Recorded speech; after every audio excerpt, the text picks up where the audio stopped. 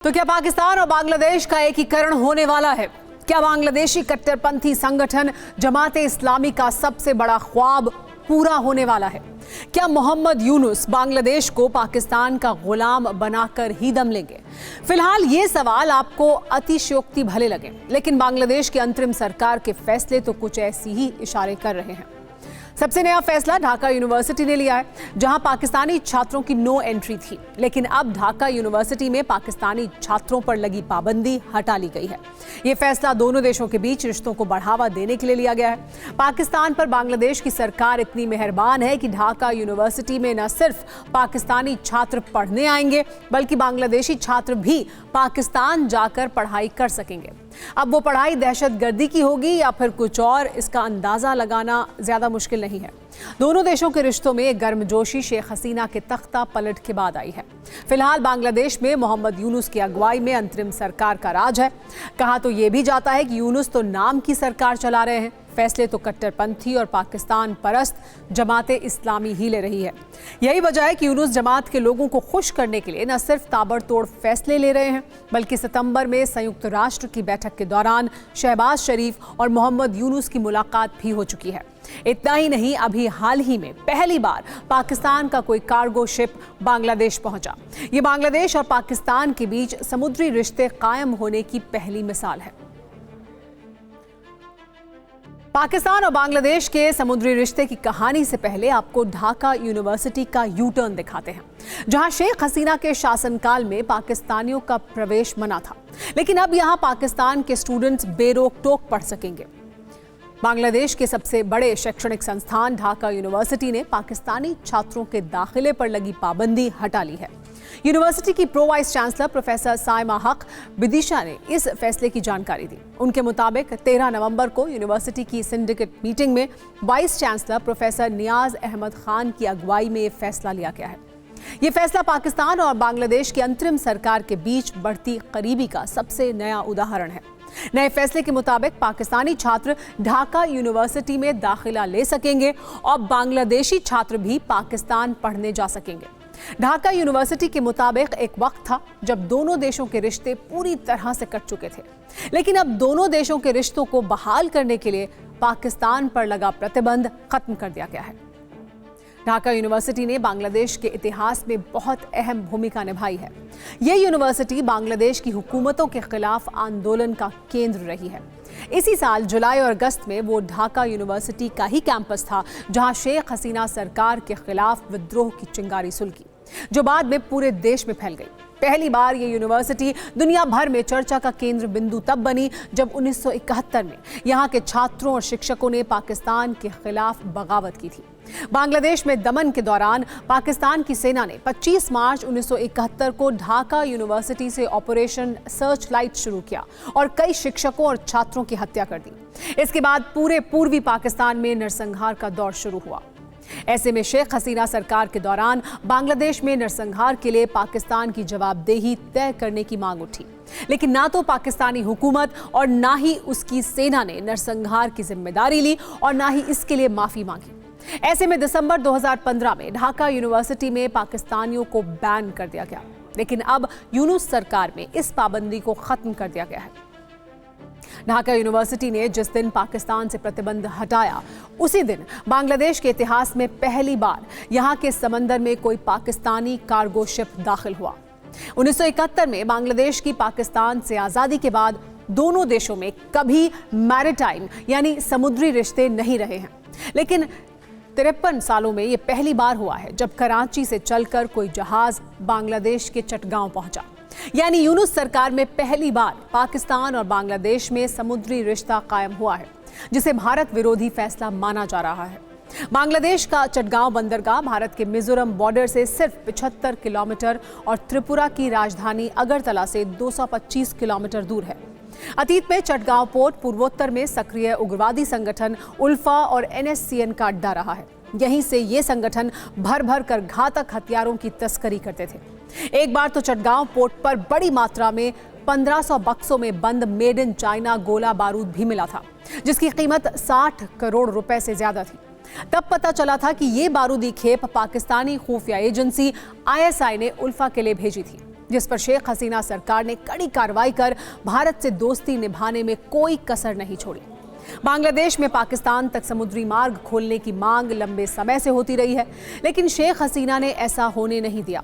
अब पाकिस्तानी जहाजों के लिए चटगांव बंदरगाह का खुलना भारत के लिए खतरनाक हो सकता है, क्योंकि पाकिस्तान के आतंकी पूर्वोत्तर भारत में परेशानी खड़ी करने में चटगांव पोर्ट का इस्तेमाल आसानी से कर सकते हैं।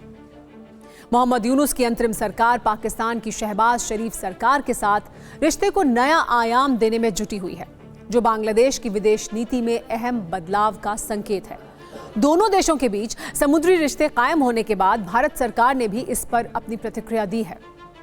बांग्लादेश में भारत के उच्चायुक्त प्रणय वर्मा ने कहा कि भारत बांग्लादेश के बीच आपसी सहयोग बहुआयामी है और इसे किसी एक एजेंडे तक सीमित नहीं रखा जा सकता।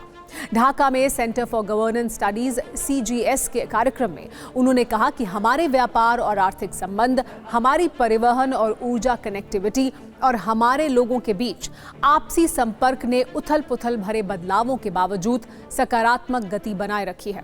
भारतीय उच्चायुक्त ने यह भी कहा कि भारत एक लोकतांत्रिक, स्थिर, शांतिपूर्ण और प्रगतिशील बांग्लादेश का समर्थन करता रहेगा। हम एक ऐसा रिश्ता कायम रखेंगे जिसमें दोनों देशों के लोगों को फायदा हो। उन्होंने ये भी याद दिलाया कि बांग्लादेश दक्षिण एशिया में भारत का सबसे बड़ा ट्रेड पार्टनर है और वैश्विक स्तर पर भी 5वां सबसे बड़ा व्यापारिक साझेदार है। सच ये भी है कि भारत ने एक दशक से अधिक समय से बांग्लादेश से सभी सामानों को अपने देश में बिना शुल्क पहुंचने दिया है, जिससे बांग्लादेश से भारत में अधिक निर्यात संभव हुआ है। लेकिन इन सब के बावजूद बांग्लादेश की यूनुस सरकार एक खतरनाक गेम खेल रही है। जब से शेख हसीना सरकार की विदाई हुई है और अंतरिम सरकार ने सत्ता की बागडोर संभाली है, तब से ही ढाका ने इस्लामाबाद के करीब जाने की हर वो कोशिश की है जो भारत के खिलाफ मानी जा सकती है।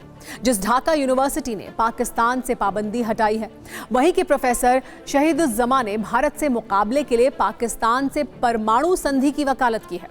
यूनुस सरकार के दौरान ऐसा पहली बार हुआ जब ढाका में पाकिस्तान के पैरोकार मोहम्मद अली जिन्ना की बरसी मनाई गई।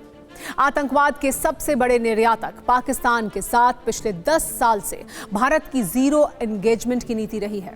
ऐसे में दक्षिण एशियाई देशों का संगठन सार्क की गतिविधि भी ठप है, लेकिन पाकिस्तान के कहने पर यूनुस ने सार्क को दोबारा जिंदा करने की वकालत की है। शहबाज सरकार तो यूनुस की अंतरिम सरकार पर इस कदर फिदा है कि सितंबर में उसने बांग्लादेशी नागरिकों के लिए बिना वीजा फीस अदा किए ही पाकिस्तान की यात्रा की इजाजत दे दी। जवाब में बांग्लादेश की यूनुस सरकार ने पाकिस्तान से बड़ी मात्रा में गोले बारूद खरीदने की घोषणा की, जिसमें 40,000 गोले, 40 टन RDX और 2,900 हाई इंटेंसिटी प्रोजेक्टाइल शामिल हैं। 5 अगस्त को शेख हसीना की विदाई के साथ ही ढाका में पाकिस्तानी उच्चायुक्त सैयद अहमद मारूफ अचानक सक्रिय हो गए। अंतरिम सरकार से उनका मिलना जुलना हद से ज्यादा बढ़ चुका है। पाकिस्तानी उच्चायुक्त ने बांग्लादेश और पाकिस्तान के बीच सीधा हवाई संपर्क भी कायम करने की कोशिश शुरू कर दी है। 18 नवंबर को बंगाल की खाड़ी संवाद 2024 में पाकिस्तानी हाई कमिश्नर मारूफ ने बांग्लादेश से ज्यादा व्यापार बढ़ाने पर जोर दिया। आखिर पाकिस्तान और बांग्लादेश में इतनी करीबी क्यों बढ़ रही है? एक तरफ हिंदू अल्पसंख्यकों पर अत्याचार और दूसरी तरफ पाकिस्तान से बेइंतहा नजदीकी। क्या ये किसी सेक्युलर रहे बांग्लादेश के पाकिस्तानीकरण की गवाही है? इन सवालों पर विदेश मामलों के जानकार दीपक वोहरा क्या कह रहे हैं, जरा ध्यान से सुनिए।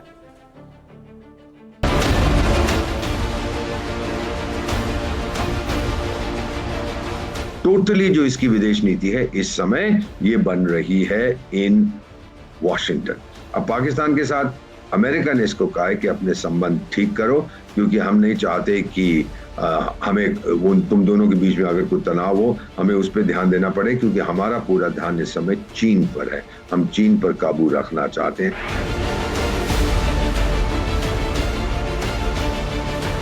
वो लोग सोचते हैं कि इस्लाम का नाम लेके तो हम दुनिया भर में जो इस्लामिक देश हैं, ऑर्गेनाइजेशन ऑफ इस्लामिक कोऑपरेशन, उनसे हमको मदद मिलेगी, क्योंकि बांग्लादेश की आर्थिक व्यवस्था तो बिल्कुल नष्ट हो गई है। वो मदद चाहते हैं, सोचते हैं ये देश देंगे, उनमें से एक नहीं देगा। बांग्लादेश बहुत जल्दी समझेगा कि इस्लामिक कार्ड खेलना उसके लिए खतरे से खाली नहीं बल्कि बहुत खतरनाक है। बंगाल के जो लोग हैं, चाहे बांग्लादेश के हों, 30 करोड़ हैं उस तरफ और हमारी तरफ मिला के जो लोग हैं वहाँ के लोग, पहले वो बंगाली हैं, बहुत खुश हैं, फिर वो बांग्लादेशी हैं और शायद उसके बाद वो मुस्लिम हैं। तो पाकिस्तान को बहुत जल्दी समझना है, एक बार तमाचा खा चुका है, दोबारा तमाचा पड़ेगा। बांग्लादेश की कट्टर जमात के दिमाग में हिंदुओं के लिए नफरत इस कदर हावी है कि उन्हें बांग्लादेशी छात्रों का भविष्य संवारने वाले टीचर भी फूटी आंख नहीं सुहा रहे हैं। आलम यह है कि चुन चुनकर उन्हें निशाना बनाया जा रहा है, उनसे जबरन इस्तीफा लिया जा रहा है। सबसे नया मामला शहीद स्मृति कॉलेज का है, जहां हिंदू प्रिंसिपल दुर्लभानंद बरई, फिजिक्स टीचर बिमल पांडे और एक और टीचर लिटन दास से जबरदस्ती इस्तीफा ले लिया गया। सोशल मीडिया में वायरल वीडियो के मुताबिक बांग्लादेश की सेना और पुलिस की मौजूदगी में तीनों से इस्तीफा लिया गया और बाकायदा इसका वीडियो भी बनाया गया।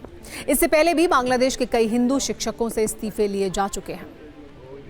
बांग्लादेश में कट्टरपंथियों के आगे यूनुस सरकार घुटने टेक चुकी है, तभी तो अल्पसंख्यकों की हत्या का सिलसिला रुक नहीं रहा है। आप मेरे बगल में जिस लड़के की तस्वीर देख रहे हैं, उसका नाम हृदय रविदास था। वो बांग्लादेश के करीमगंज में रहता था, लेकिन रिपोर्ट्स के मुताबिक उसे बांग्लादेश की सेना ने हिरासत में लेकर मार डाला। कुछ लोग हृदय की हत्या के लिए कट्टरपंथी जमात को भी जिम्मेदार ठहरा रहे हैं। कहा जा रहा है कि हृदय रविदास एक मुस्लिम लड़की से प्यार करता था, जो कट्टरपंथियों को रास नहीं आया और उसे अगवा कर लिया गया। बताया जा रहा है कि भीड़ ने पहले उसे बुरी तरह से मारा पीटा और फिर सेना के हवाले कर दिया। उसे हिरासत में लेकर अस्पताल में भर्ती कराया गया, लेकिन इलाज के दौरान हृदय रविदास ने दम तोड़ दिया। मोहम्मद यूनुस चाहे लाख सफाई दें, लेकिन सच यह है कि बांग्लादेश में कट्टरपंथी ताकतें अंतरिम सरकार को अपने इशारे पर नचा रही हैं, जिसकी तस्दीक ट्रांसपेरेंसी इंटरनेशनल की रिपोर्ट में भी की गई है। ट्रांसपेरेंसी इंटरनेशनल बांग्लादेश की नई रिपोर्ट के मुताबिक इस देश में धर्म आधारित राजनीति का प्रभाव बढ़ा है। इस रिपोर्ट के अनुसार बांग्लादेश में कुछ लोग और समूह सत्ता का दुरुपयोग कर रहे हैं। ऐसे लोग और समूह गैर सांप्रदायिक, समान और अधिकार आधारित बांग्लादेश के लक्ष्य में सबसे बड़ी रुकावट बन गए हैं। बढ़ती हिंसा की वजह से धार्मिक, जातीय और सांस्कृतिक विविधता पर खतरा पैदा हो गया है। ट्रांसपेरेंसी इंटरनेशनल की रिपोर्ट के मुताबिक बांग्लादेश के छात्रों ने शेख हसीना सरकार को उखाड़ फेंकने में बड़ी भूमिका निभाई, लेकिन उनमें सहिष्णुता की भारी कमी है। इस रिपोर्ट में मीडिया पर हमले को प्रेस की आज़ादी के लिए गंभीर खतरा बताया गया है।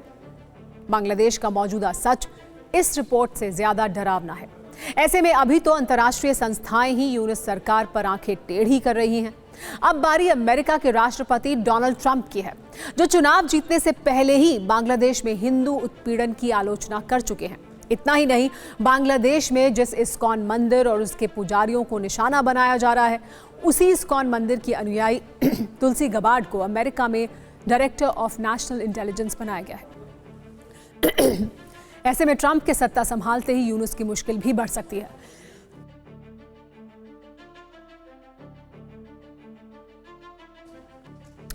क्योंकि ट्रंप और यूनुस के आपसी रिश्ते कभी अच्छे नहीं रहे। 2016 में जब ट्रंप पहली बार राष्ट्रपति चुने गए तो यूनुस ने इसे अमेरिका का सूर्य ग्रहण और काला दिन बताया था। यूनुस अमेरिका में डेमोक्रेटिक पार्टी और क्लिंटन फैमिली के करीबी माने जाते हैं। ऐसे में 20 जनवरी के बाद बांग्लादेश की अंतरिम सरकार और खासकर यूनुस की मुसीबत बढ़नी तय है। कहा तो यह भी जा रहा है कि ढाका यूनिवर्सिटी के उस विरोध प्रदर्शन की तस्वीर भी ट्रंप के पास पहुंच चुकी है।